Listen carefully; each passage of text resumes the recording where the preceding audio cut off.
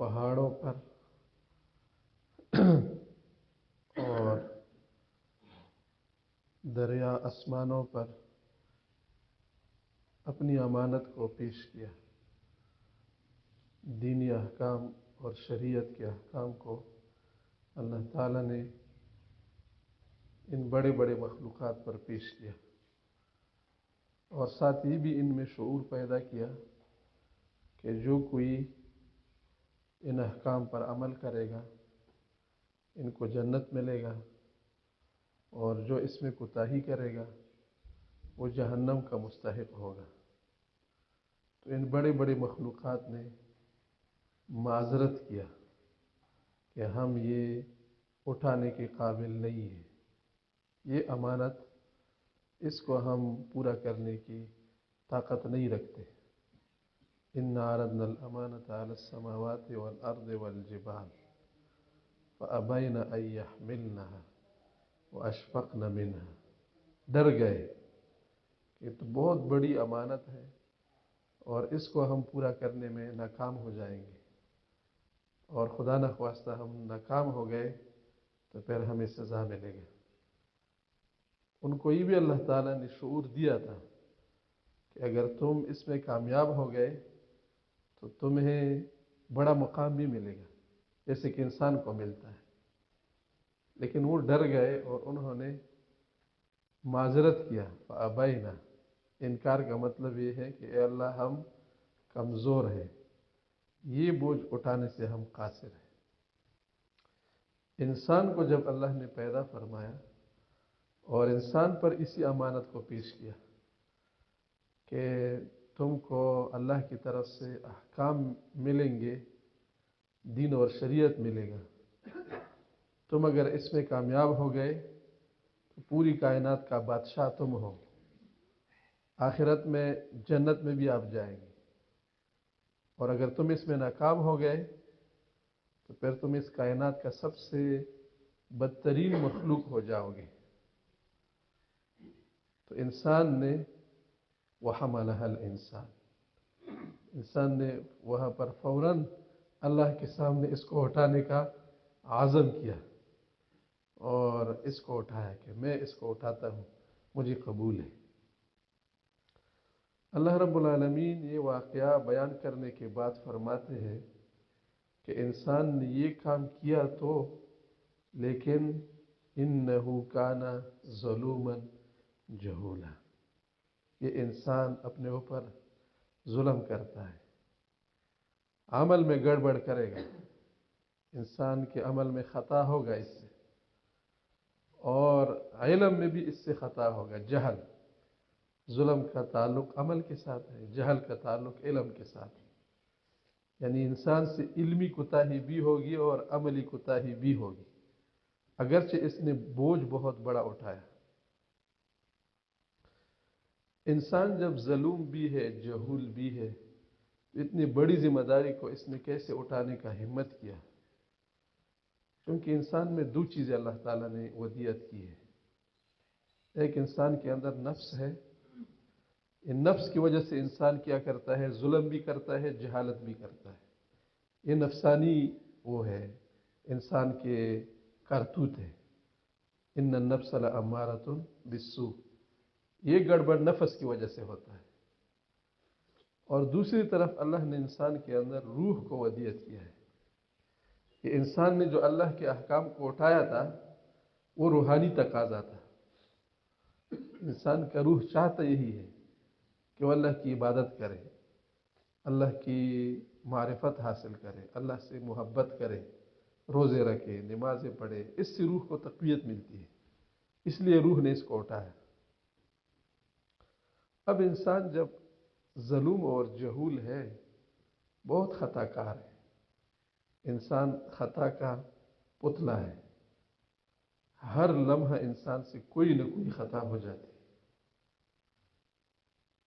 مثلاً اللہ تعالیٰ کی نعمتوں پر شکر ادا کرنا انسان کے لیے ضروری ہے، اور اللہ کا شکر ادا کرنا ایسا ہے کہ ہر گھڑی ہم کو اللہ کا شکر ادا کرنا چاہیے، کیونکہ ہم جو زندہ ہیں، ہماری جو زندگی ہے جب کسی کی زندگی کا مہلت پورا ہو جائے اور اس کے سانس پیسوں کے بدلے خریدنا پڑے، آئی سی یو میں جب بیمار کو رکھ دیتے ہیں ہسپتال والے آئی سی یو میں، تو انسان کے سانس کے بدلے وہ کیا لیتے ہیں؟ پیسے لیتے ہیں، ایک ایک گھنٹہ کی قیمت لگتی ہے۔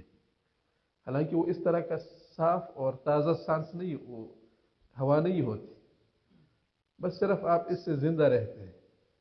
باقی جو ہم ہوا کھاتے ہیں صاف ستھرا تازہ، جس سے ہمارے جسم کو طاقت ملتی ہے، ہم اس سے زندہ رہتے ہیں، اس کی تو اس سے بہت زیادہ قیمت ہے۔ تو ہم جو سانس لیتے ہیں پھر باہر نکالتے ہیں، اس پر بھی اللہ کا شکر ہمارے اوپر واجب ہو جاتا ہے، ضروری ہو جاتا ہے۔ ہم جو آنکھوں سے دیکھتے ہیں، ہمارے آنکھوں کی بینائی ہے، جب کسی کی بینائی رخصت ہونا شروع ہو جائے، ڈاکٹر کے پاس چلا جائے، تو لاکھوں روپے میں ایک آنکھ کو کیا کرتے ہیں؟ علاج کرتے ہیں۔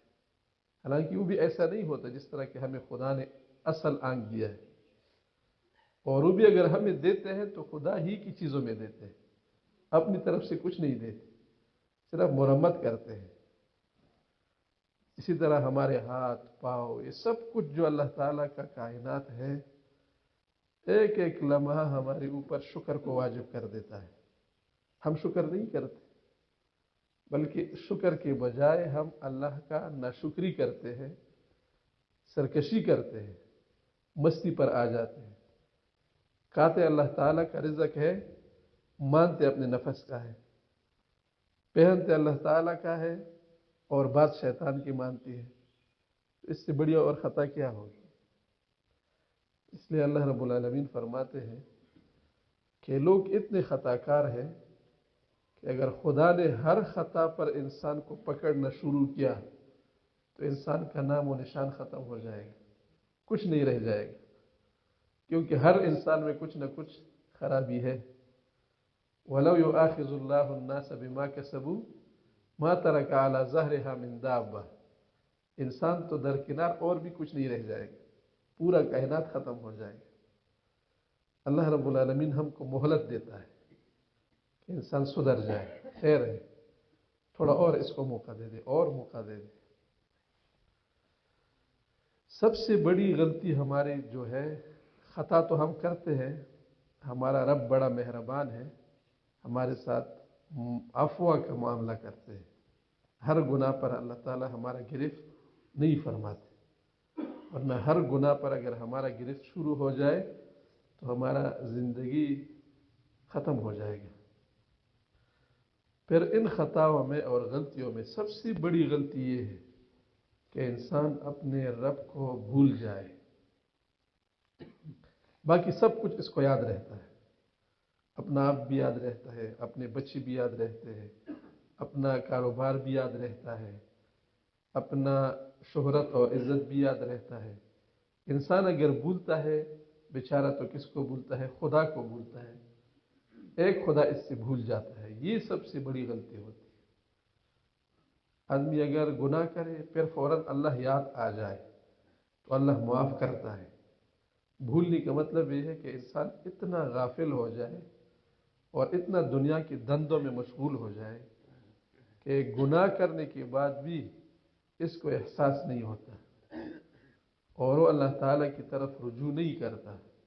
یہ بڑا خساری کی حالت ہوتی ہے۔ وَلَا تَكُونُوا كَالَّذِينَ نَسُوا اللَّهَ فَأَنسَاهُمْ أَنفُسَهُمْ، اللہ رب العالمین فرماتے ہیں تم ان لوگوں کی طرح مت ہو جاؤ جنہوں نے خدا کو بھلا دیا۔ اس کا نتیجہ کیا ہوا کہ اللہ نے ان کو اپنے آپ بھی بھلا دیا۔ اب وہ اپنے آپ کے بارے میں بھی غلط فیصلے کرتے ہیں، ایسے کام کرتے ہیں جو ان کی ہلاکت کا ذریعہ بن جاتے ہیں۔ اللہ کو مت بھولو، یہ سب سے بڑی غلطی ہے۔ اللہ یاد ہو بس انسان کا پھر کیا ہے، گزارا ہو جاتا ہے، گناہ بھی اگر ہو جائے اللہ معاف کر دیتے ہیں۔ والذین اذا فعلوا فاحشة او ظلموا انفسهم ذکروا اللہ فاستغفروا لذنوبهم، جو گناہ کرتے ہیں، اپنے اوپر ظلم کرتے ہیں، پھر اللہ کو یاد کرتے ہیں تو اللہ اس کے گناہ کو معاف کر دیتے ہیں۔ اللہ کا یاد کرنا بہت بڑی چیز ہے۔ اللہ انسان سے بھول جائے، یہ بڑی خطرناک حالت ہے۔ اب یہ سمجھنا ضروری ہے کہ انسان خدا کو بھولتا کیوں ہے؟ حالانکہ اللہ تعالیٰ کا تو ہمارے اوپر بہت بڑے احسانات ہیں، اور ہمارا ایک لمحہ بھی اللہ کے بغیر نہیں گزرتا۔ اللہ کا ارادہ ہو جائے تو ہمارا سب کچھ ٹھپ ہو جائے گا، نہ زبان بول سکتا ہے، نہ آنکھیں دیکھ سکتی ہے، نہ کان سن سکتا ہے، کچھ بھی نہیں ہوتا جب اللہ کا ارادہ ہو جائے۔ پھر بھی ہم اللہ سے کیوں غافل ہو جاتے ہیں؟ اللہ کو کیوں بھولتے ہیں؟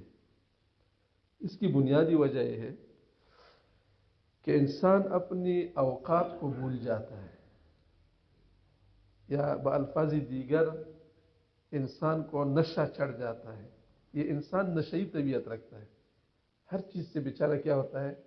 نشے میں آ جاتا ہے۔ نشہ جانتے ہیں نا، یہ جو لوگ افیون کھاتے ہیں یا آئس کا استعمال کرتے ہیں یا چرس وغیرہ پیتے ہیں، جب وہ چرس پیتے ہیں تو پھر ہواؤں میں اڑتے ہیں اور ان کے پاؤں زمین پر نہیں ہوتے۔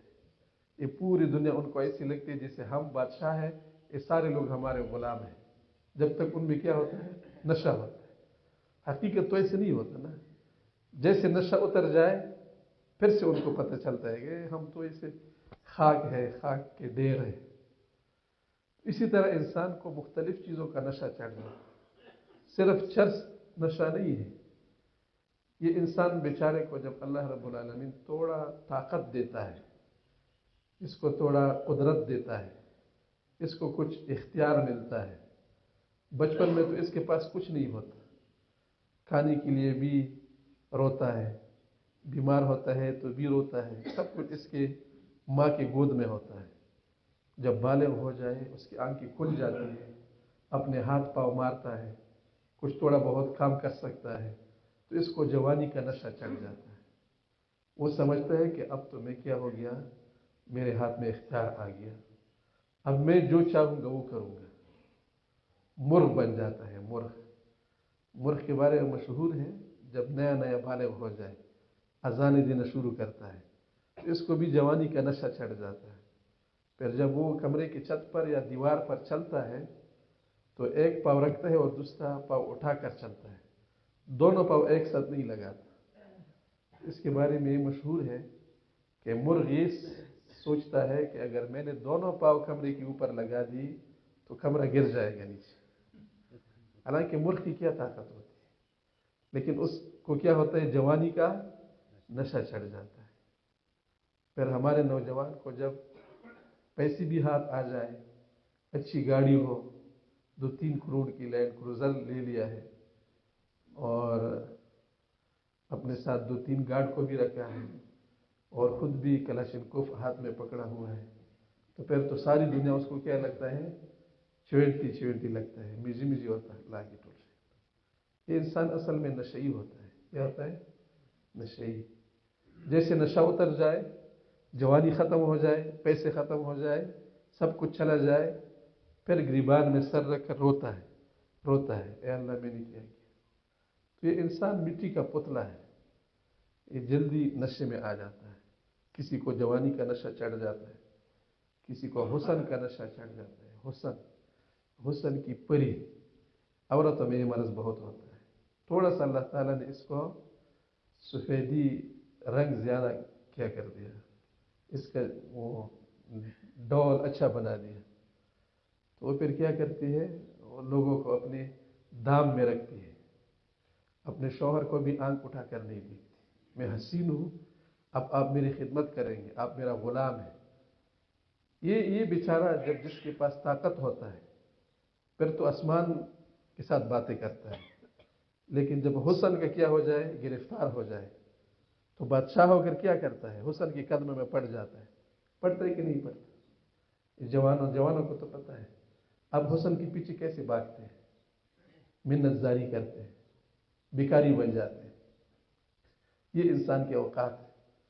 یہ بیچارہ اپنے اوقات کو بھول جاتا ہے، یہ سمجھتا ہے کہ میں بہت بڑا چیز بن گیا، میرے ہاتھ میں اختیار آ گیا، میرے ہاتھ میں پیسہ آ گیا۔ جو شادی سے پہلے ہوتا ہے، پھر جب شادی کرتا ہے اور اللہ تعالیٰ اس کو بیوی نصیب کرتا ہے، پھر اس کی آنکھ کی تبدیل ہو جاتی ہے، وہ کہتے ہیں او یہ تو میں بڑا ملک بن گیا۔ اب بیوی پر کیا کرتا ہے، وہ روب جماتا ہے، اس طرح کرو، اس طرح کرو، اس طرح کرو۔ وہ بھی آپ کی طرح انسان ہے، اور اس سے پہلے آپ کے پاس بھی کچھ نہیں تھا، گھر میں کوئی آپ کو پلیٹ میں سالن بھی نہیں رکھ کر دیتا، جب شادی ہو جائے تو اپنے آپ سے کیا شہزادہ بناتا ہے، کوئی شہزادہ مزادہ نہیں ہوتا۔ انسان مٹی کا پتلا ہے، مٹی سے بنا ہے، مٹی ہو کر رہے گا۔ منہا خلقناکم وفیہا نعیدکم۔ کیسے بڑے بڑے لوگ ہیں جن کی بول آسمانوں تک پہنچتی تھی، آج ان کی قبروں پر گزر جاؤ، ان کی ہڈیاں کیا ہو گئی ہیں، وہ کیڑی ان کی ہڈیوں کو کاتے ہیں۔ تو انسان جب یہ اوقات بھول جاتا ہے، بس وہ خدا کو بھول جاتا ہے، یہی سے انسان کا کیا ہوتا ہے، گمراہی شروع ہو جاتی ہے۔ اس لیے صوفیاء فرماتے ہیں من عرف نفسہ فقد عرف ربہ، جس نے اپنے آپ کو پہچانا اس نے اپنے رب کو پہچانا۔ اس وقت آدمی اپنے رب کو بھول جاتا ہے جب اپنے آپ کو بھول جاتا ہے، اپنے اوقات بھول جاتا ہے۔ اور قرآن مجید میں اللہ رب العالمین نے جگہ جگہ ہمیں یہ مراقبہ سکھایا ہے کہ تم اپنے آپ کا مراقبہ کرو، اپنی ذات کا۔ فَلْيَنْظُرِ الْإِنسَانُ مِمَّا خُلِقَ، انسان تھوڑا یہ سوچے، دیکھے، غور کرے، فکر کرے کہ انسان کس چیز سے بنا ہوا ہے۔ خُلِقَ مِن مَاءٍ دَافِقٍ، یا دوسری جگہ ہے مِن مَاءٍ مَهِينٍ، حقیر پانی سے انسان بنا ہوا ہے جس کی کوئی قیمت نہیں ہے، بلکہ اس پانی کو اگر اصلی حالت میں انسان دیکھ لے، انسان ان سے نفرت کرتا ہے، ناپاک بھی ہے، اپنے کپڑے پر اس کو نہیں رہنے دیتا، لوگ دیکھتے ہیں تو لوگ بھی اس سے گل کرتے ہیں، بدبو اس سے آتی ہے، انسان اس کو صاف کرتا ہے۔ تو ہمارا اصل تو اسی سے بنا ہوا ہے، تو پھر انسان کو اترانے کی کیا حق بنتا ہے۔